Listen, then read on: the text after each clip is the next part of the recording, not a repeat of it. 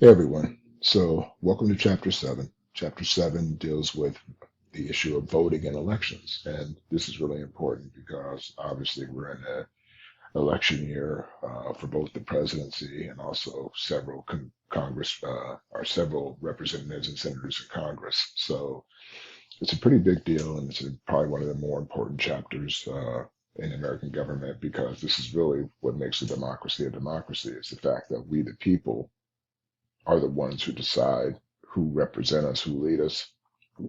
And it's one of the most consequential things you do as an adult is to vote.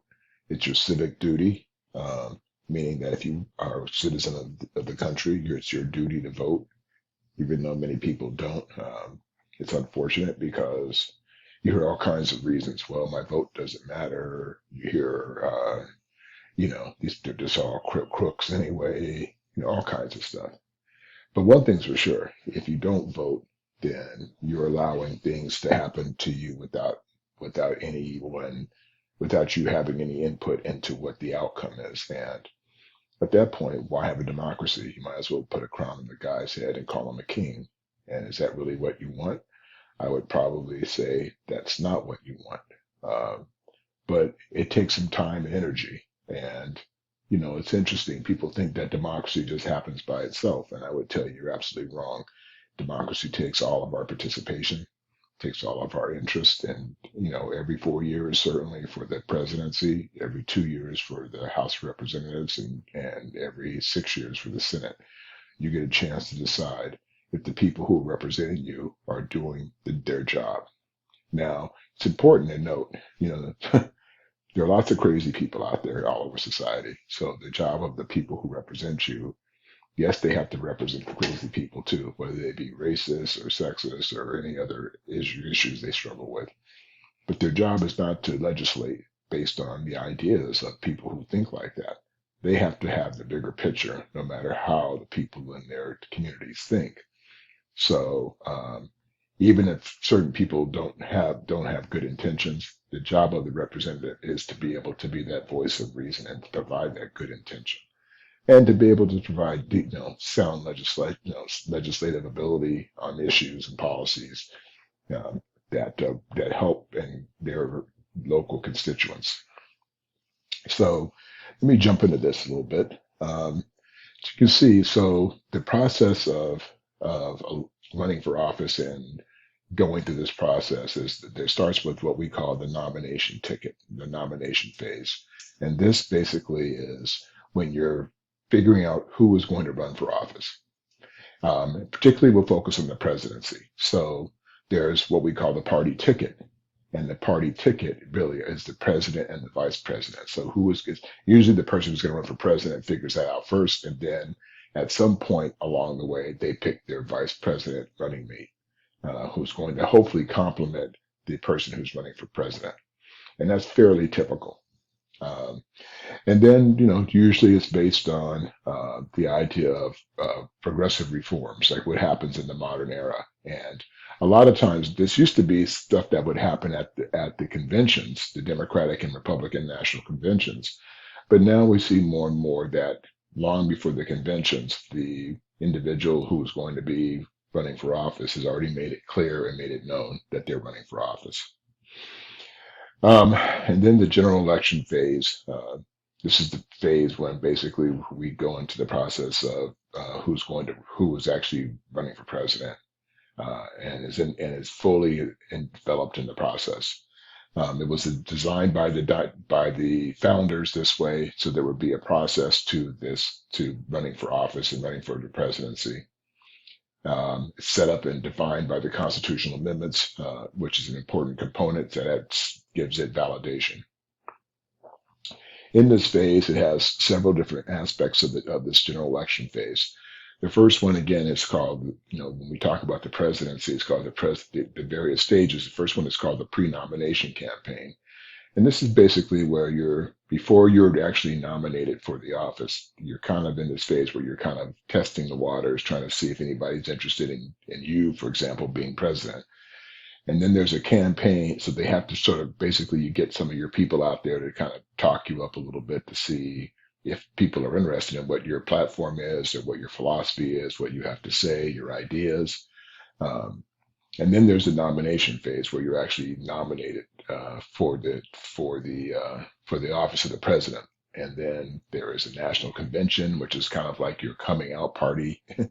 And there's when you have like a big rally and all that kind of stuff. So it's very, very like very theatrical. Lots of people come out with their platforms. A lot of people come up and sort of set themselves up as well politically, but also come out and support you, the individual who's running for office.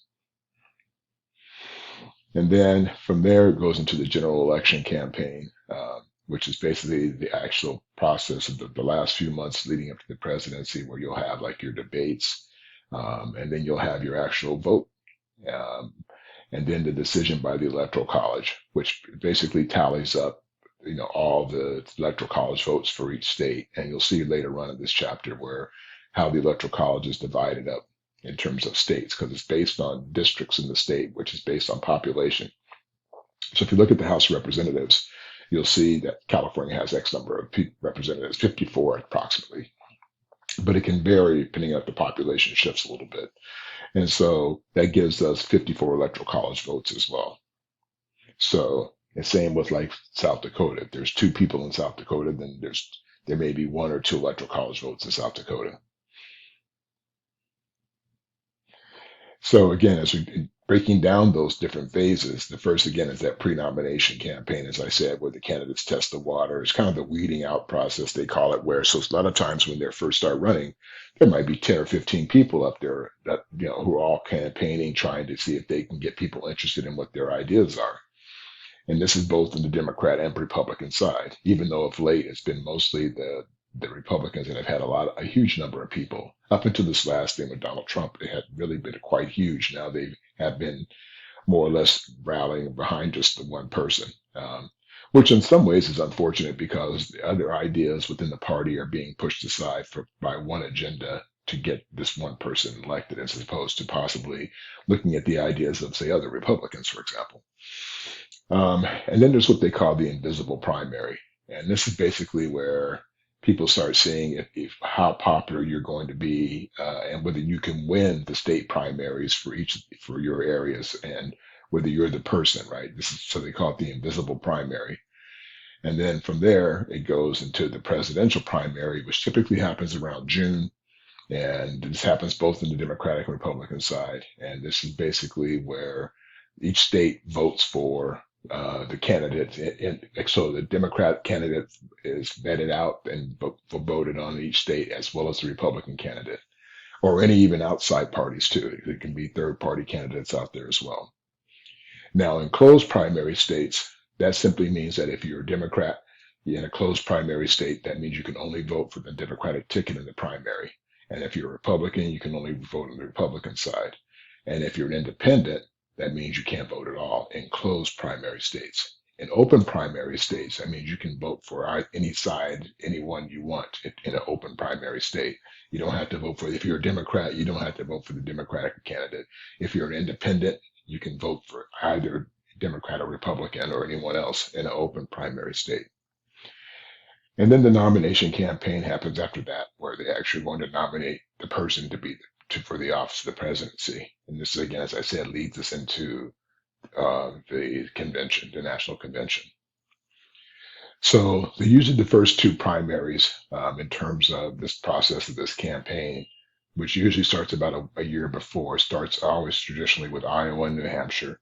And the early contests kind of give you, these two states particularly give you a sort of a window idea into who looks like they're the possible candidate. And it can be very helpful to someone, or it can be very detrimental to someone.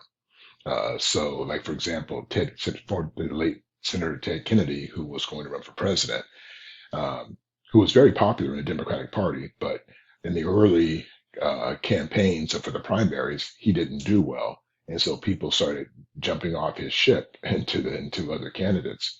And they ended up with a guy, Dukakis, who wasn't that popular, who actually ended up getting the nomination for the presidency in the 1980s, in the late 1980s, because Kennedy just didn't have enough early on popularity. But ironically, later on he did. And so, but it was too late by then. He couldn't get enough what we call traction in order to be able to capture the nomination. But they also call this front loading, meaning when they can kind of stack the deck to see who of the candidates really has the strength to make it through to the end to get the nomination. Okay, then again, as I mentioned already, the nominating conventions. Um, and then the incumbent race versus an open election. So this basically is so an incumbent race means that there's the previous president, for example, is running for office again against somebody who's not been the president. So, and you have an incumbent race, then that's typically, so even though Trump had been president once before, it's not considered an incumbent race because he's not the sitting president right now, even though he was previously. So, what we're looking at right now is an open election. Excuse me. Well, yeah, it would be considered an open election because even though Trump had been the president, Kamala has been the vice president. Neither one is sitting in the office right now. So, but like if when Biden was running again against Trump, then that would have been considered an incumbent race because Biden was currently the sitting president. As I said, the vice president's job is to basically sort of balance the ticket. So if you have somebody, say, for example, who's a Northeastern liberal Democrat, then he'd try to find somebody who is more moderate, middle of the road, kind of Midwestern kind of person who could help capture some of those battleground states, the ones that are up in the air about who they're going to vote for, which typically are in the Midwest. So you want somebody who's going to help you capture those regions of the country that you may not be able to resonate with just because of where you're from. Like if you're from California, you wouldn't want to put another California person as your VP. You want to find somebody who is from another area to help you get more votes to potentially become the president. So that's typically how it works.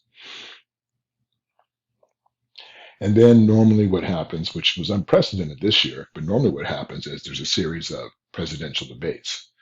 And usually there's 3 presidential debates and then 1 vice presidential debate. But this year we only had 1 presidential debate. Well, partially 1.5. Biden's, I don't know if you want to count it or not, but if you do, then you could argue there were 2. But normally there's 3, and then the VPs have 1 debate. Uh, and that's typically how it happens. And then that leads us into the election period. But just to give you an idea what the battleground states look like, and just also what the electorate looks like. So you can see here from 2012, these are electoral college votes you see in each state. So you see California had 55 in 2012, Oregon had 7, Montana 3, North Dakota 3, South Dakota 3, etc. Texas 38. So the goal is you got to get to 270 to win. Now, so basically what happens every season, the Democrats get on one side who are blue, the Republicans who are red get on the other side, and they say, okay, we know which states are traditionally red states. So we know we can count on these states that we're going to carry these states. So they total up all the number of states they know they're going to win. And then they have to just figure out, okay, how many more do I need to win to win? And then as you see here in this map, the ones that are kind of in this sort of golden kind of color, those are what are considered the battleground states. And so those are the ones they have to try to win in order to get to the 270 mark. Now, as I said, I think it's kind of nuts that didn't make it an odd number so that you would never have a possibility of a tie. Now, we've never had a tie, but conceivably there could be a tie. And then it changes the whole option, the whole optics, because the Senate picks one of the candidates, and the vice president is picked by the House of Representatives. So it's the only time in our election where you could literally have one person from one political party and another one from another political party serving at the highest offices where they wouldn't be from the same political party. Okay. Again, of course, as through the election campaign season, all the ugly attack ads pop up. You'll see them all on social media. You'll see them on the TV about who said what and didn't do what. And some of them are misinformation. Some of them are accurate, but a lot of them are partially true and partially false. But they don't give you any context, so you have to just guess for yourself how this all works.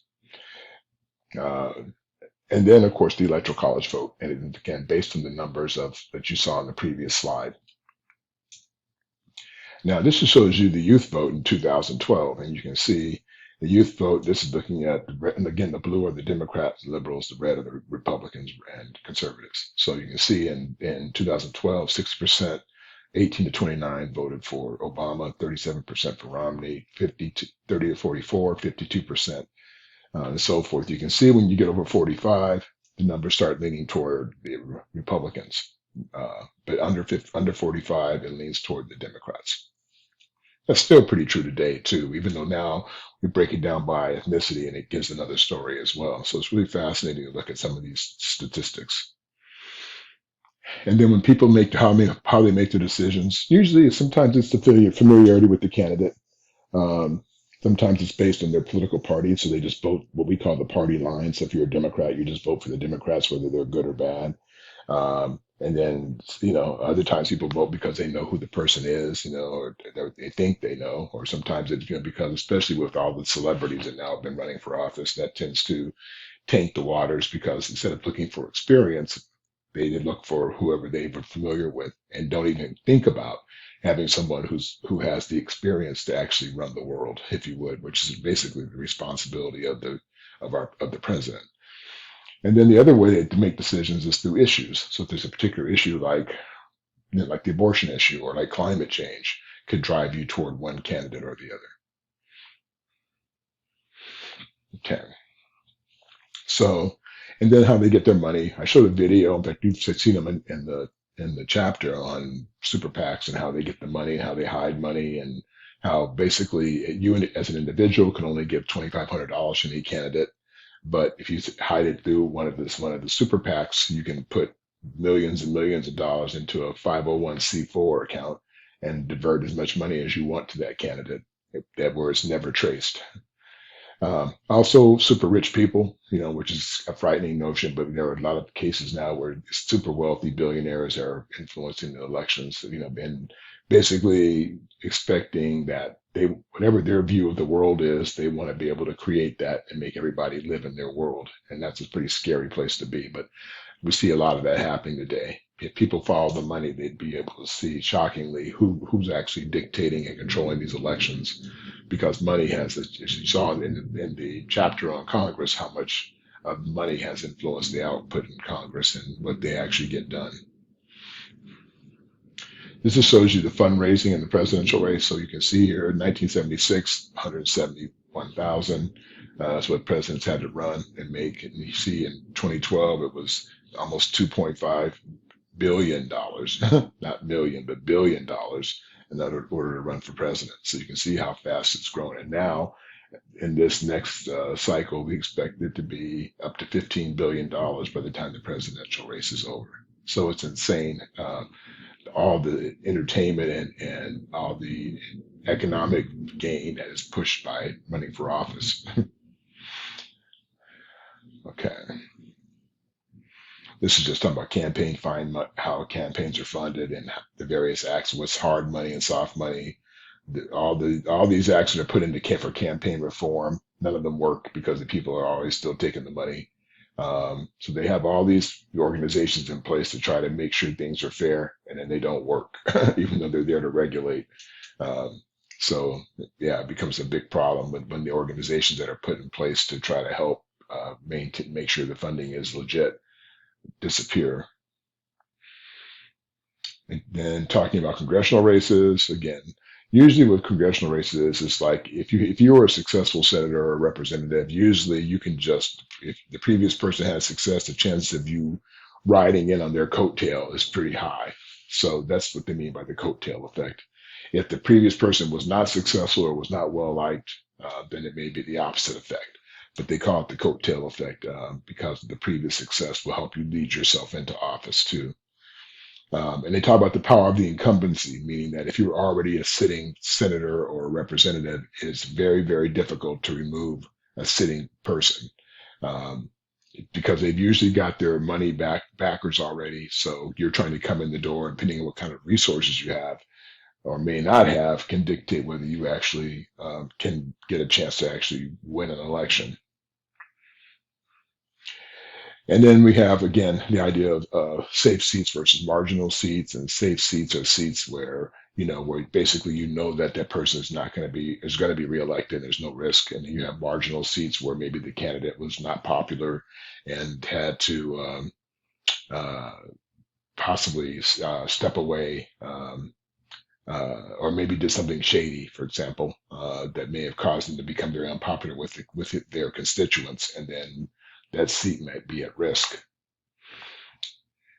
And then, so when we talk about voting, the context of actually voting, again, we have a representative democracy where whatever the majority vote is what actually wins.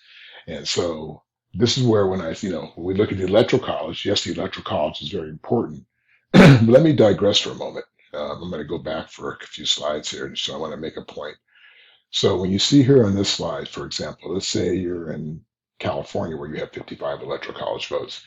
In 50 of the 50 states, 48 of them are winner take all, which means that if you get one more popular vote, one more individual vote than the other person, you win. So when people say their vote doesn't matter, and I use this analogy, if there were 100 people in California, and let's say you wanted candidate A and the other person wanted candidate B, and candidate A was ahead by one person, and let's say two of you who wanted candidate A, or let me back up the other way. Let's say candidate B was ahead by one vote, and let's say two of you who really wanted candidate A decided just not to go vote today. Just by virtue of you not showing up to vote, by one vote would give all the electoral college votes for that state to the other candidate. So that's where your vote matters, because the popular vote dictates who gets all the electoral college votes, except for two places. And there's only two places that it's where it's considered proportional, and that's Nebraska. I mean, it's Nebraska and Maine. Excuse me, or New Hampshire. Those are the two where where it's proportional. The other 48 states are all winner take all. Okay, let me go back to where I was. This just talks about the idea of voting and who has the right to vote. So again, the 15th Amendment gave African American, the former slaves, the right to vote, but then they tried to impede them from voting with poll taxes, where basically you went to vote, they tried to charge you money to keep you from voting. Would do things like literacy tests, and the literacy test would be something like this: recite the Declaration of Independence. Recite the U.S. Constitution. So things they knew fundamentally no one could do. That's how they would try to block you from voting. And these are some of the amendments that have led to universal suffrage. I mean, suffrage meaning the right to vote. The 19th Amendment gave women the right to vote. It took until almost 1920 for that to happen. So even long after the black slaves were given the right to vote, 70 years later, approximately, give or take, it was women got the right to vote. Actually, longer than 70 years. So you're talking about 65 years, I think you would say, 55 to 60 years before they actually got the right to vote. And then the voter registration laws. This is where people have to have some form of ID in order to be able to vote. Some states use very draconian measures for this. Like in Texas, 660,000 people, mostly Hispanic, were not allowed to vote because of the voter ID laws in Texas to try to prevent them from voting. So it's a real big issue in terms of what they define as having ID in order to be able to vote in this country in some states. Of course, who turns out to vote mostly is older people who either have education, and then wealthier people, because they're the ones whose interest it mostly serves. So until the middle and lower class folks decide to show up to vote, then all the policies and laws for the most part that come out serve those who are wealthier, not those who are poor. That's why it's important for you to vote too. So make sure that you can protect yourself and protect your families from all the money that's being pilfered to control them.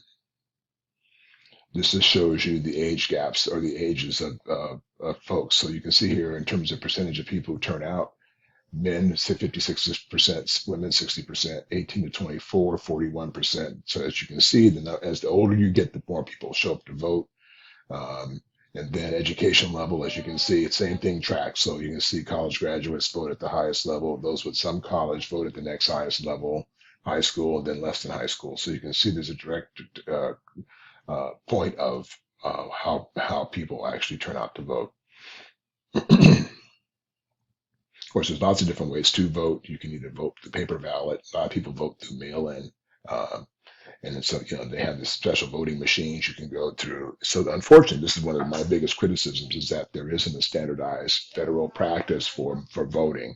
They don't have a mechanism for that to happen. Really a problem in terms of getting people out to vote because unfortunately, sometimes the process is wonky, and because there is no standardized voting mechanism for the nation, each state does it the way they want to do it, which can make it incredibly complicated and certainly leads to potential corruption. Okay.